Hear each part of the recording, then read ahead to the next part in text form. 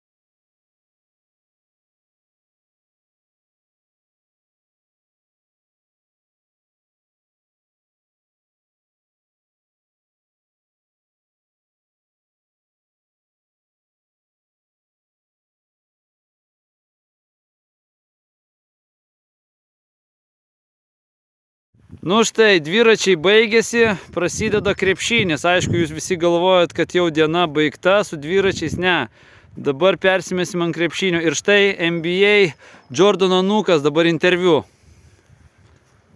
Sportas baigtas, kai sako. Nuo dviračių iki krepšinio. Baigsis krepšinis, futbolas. Prašau, jums į aikštę. Master, jūs prašom į aikštę. Iš 1-1 bus iš karto ar ne metimas? Kaip sako, aikštelės atidarė ir kaip senais laikais, o? Kas vyksta, kas vyksta?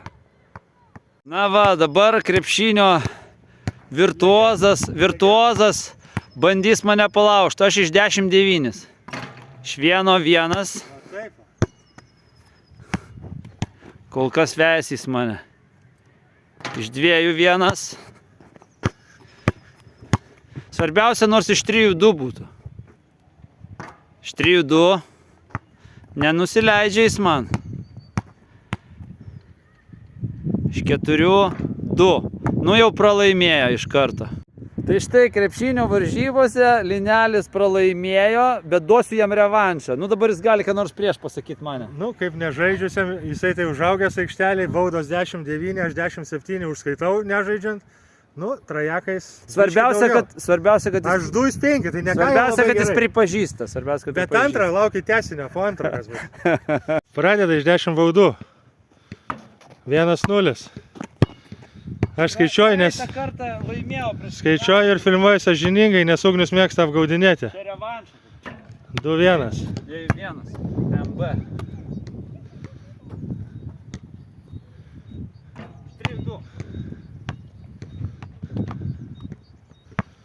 Nu, užaugęs, nieko nepadarysi. Treniruojasi kiekvieną vakarą, o mes metuose kartą. Bet svarbu dalyvavimas, Aš jau pasakau, kad įmėsiu. Svarbu dalyvavimas, ne rezultatai. Jo, metu ir iškart iš 5-4 pasakau. Va, čia. Ir apsitriokino. Iš 6-4, atsiprašau. Ir vėl 3. 4.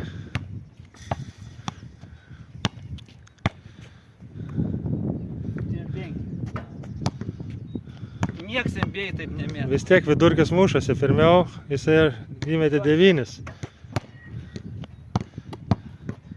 Nu, su savo kamuoliu, nėra ką daryti. Atsinešiau savo, tai būtų kitaip. 9-7. Bet va, krenta rodiklis. 10-8.